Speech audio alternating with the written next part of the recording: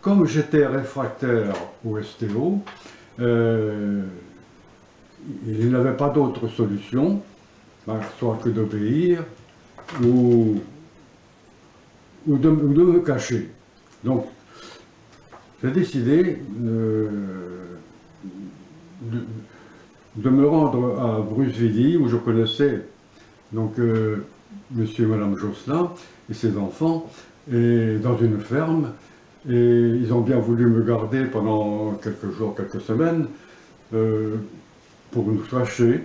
Mais c'était pas toujours facile, il fallait des fois dormir le soir à la belle étoile, dans les champs.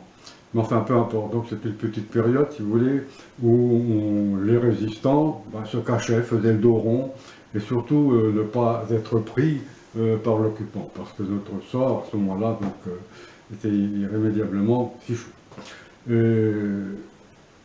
Maintenant, le débarquement est arrivé, les temps passés, la résistance s'organisait, mais nous n'avions pas les moyens de téléphone, enfin les moyens de communication comme nous avions aujourd'hui.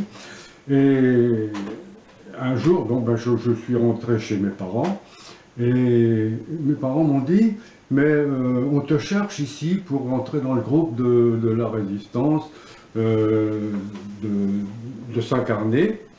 Eh bien, je vais y aller tout de suite, c'est pas compliqué. Donc, maman me prépare quelques petites affaires, et puis je m'en vais.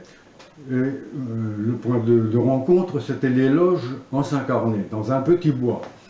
Alors, un après-midi, j'arrive là, aux loges à Saint-Carnet, et qu'est-ce que je vois? Bon, 7 ou 8 camarades, dont 3 ou 4 que je connaissais bien, puisqu'on jouait au football.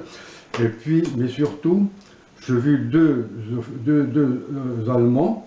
Après, j'ai su que c'était un officier, le lieutenant Peter Böcher, mais je les ai vus en train de creuser chacun d'eux une tombe à peu près de 15 cm de profondeur sur toute la longueur donc prévue pour mettre un homme.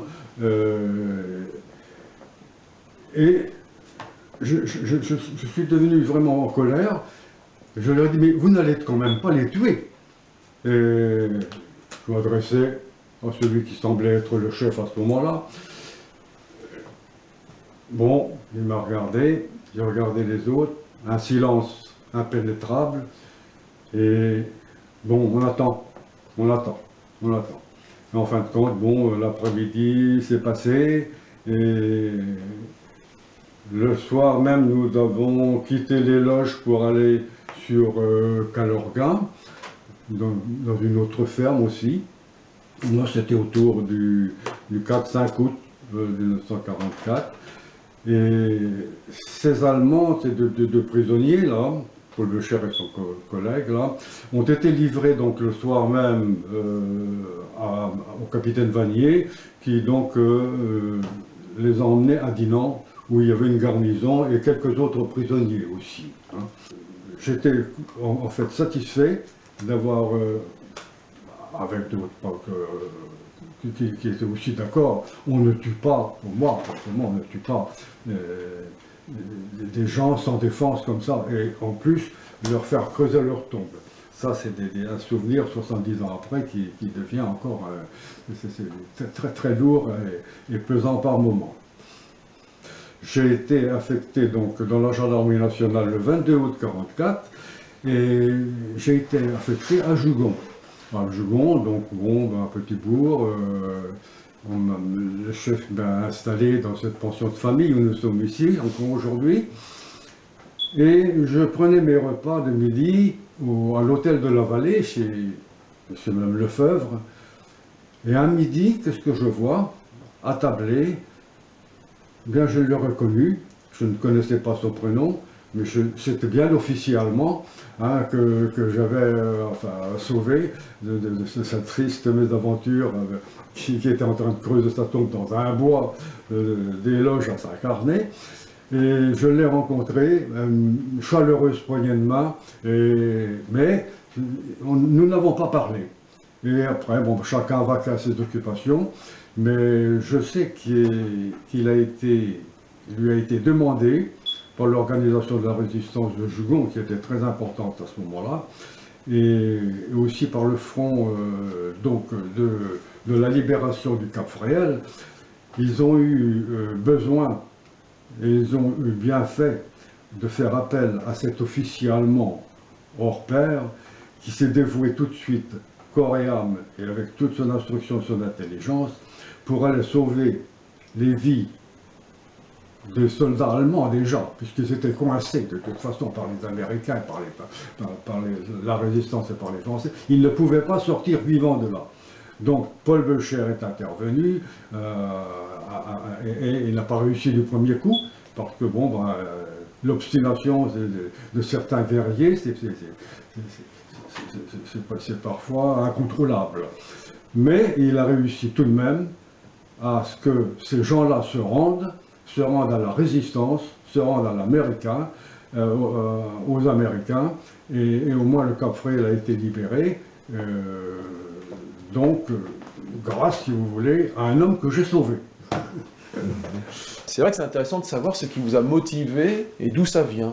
C'est intérieurement quelque chose de vivant, c'est un éclair qui est arrivé, c'est devant une situation, donc l'éducation que j'ai reçue, et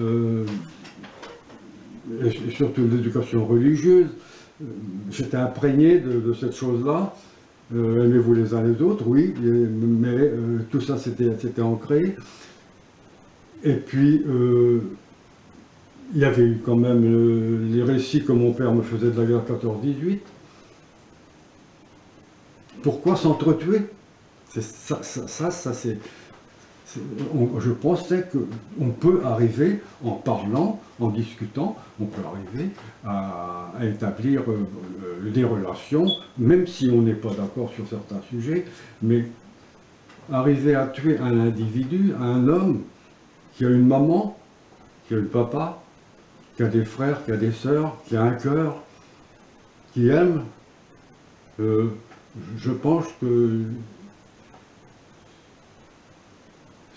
ça ne peut pas être compris d'un homme qui a connu donc, la religion chrétienne comme je l'ai connue à la base. Et je pense que oui, c'est ça, c'est ce qui m'a donné, si vous voulez, ce coup de nerf là, il est venu d'ailleurs. Il est venu d'ailleurs, intérieurement, mais 70 ans après, je me dis, mais qu'est-ce qui t'a poussé? Tu aurais pu... Eh bien, c'est de voir précisément une action, des gens en train de creuser leur tombe, et alors qu'ils savent très bien, eux, que c'est eux qui vont aller dans ce trou-là.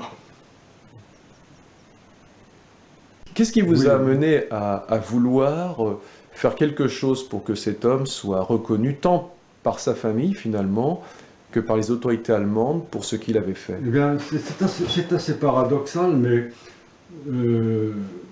Peter Böcher est un ennemi. Et il devient un collaborateur de la résistance et de l'organisation donc des Américains aussi qui étaient enfin pour libérer le Cap-Fréhel. Tout est là. Il est d'un coup, il est allemand, mais c'est un homme qui reconnaît que la puissance américaine, enfin les puissances libératrices du sol français sont là, vont arriver, et qu'il n'y a rien d'autre à faire hein, que de faire le moins de dégâts possible, humains et matériels. Donc j'ai pensé que ce type-là mérite une récompense parce que par son savoir, il a pris un risque aussi, parce qu'il aurait pu aussi très bien être tué comme déserteur ou ces combattants de l'armée allemande. Eh bien, il les a rencontrés plusieurs fois au Cap-Fréhel et il a réussi à les convaincre. Il y avait quand même 150, oui, plus, et puis quelques prisonniers qui étaient là aussi. Donc, il y aurait pu y avoir un carnage si les relations, par exemple, n'avaient pas été fructueuses entre lui et les chefs donc, de l'organisation du Cap Fréhel pour envisager donc la reddition ferme et définitive et rapide, hein, pour qu'il n'y ait pas de dégâts collatéraux. Ça, je pense. Et vous avez tenu à ce que sa famille le sache. Alors, ben, plus tard, oui, c'est... Je ne sais pas, mais on en parlait avec Manu Bittel, j'aimerais bien avoir son adresse là, parce que je voulais le faire connaître à sa famille, comment ça s'était passé pour lui, et qu'il revenait de loin. C'est surtout ça.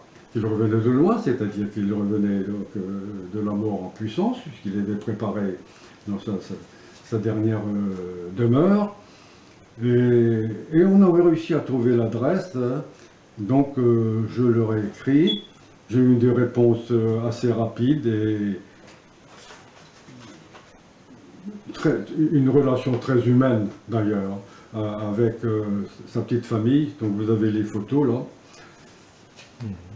Et je pense que les guerres, c'est ça la guerre. Je pense que si, d'ailleurs c'est venu par la suite, mais j'étais pas un précurseur, mais je pense que si on a réussi à former maintenant, avec beaucoup de mal, l'Union européenne, je pense qu'il aurait fallu beaucoup de pardon aussi. Beaucoup de pardon. Bien sûr. J'étais très heureux de correspondre, et puis avec une jeune femme comme Alexandra, sa petite fille, qui aimait beaucoup son grand-père, qui en dit beaucoup de bien. Je suis content aujourd'hui de lui avoir sauvé la vie. Et vous avez poussé votre démarche jusqu'à demander aux autorités allemandes de le reconnaître pour ce qu'il a été. Oui, parce que c'est inhabituel, démesuré, et comme c'était tout de même un ennemi de la France, et qui, d'un jour ou l'autre, s'entend discuter, intelligemment, s'est mis du côté des forces de l'ordre à rétablir, et sans en demander plus, comme ça. Et donc, moi, j'ai gardé un bon souvenir de cet homme-là.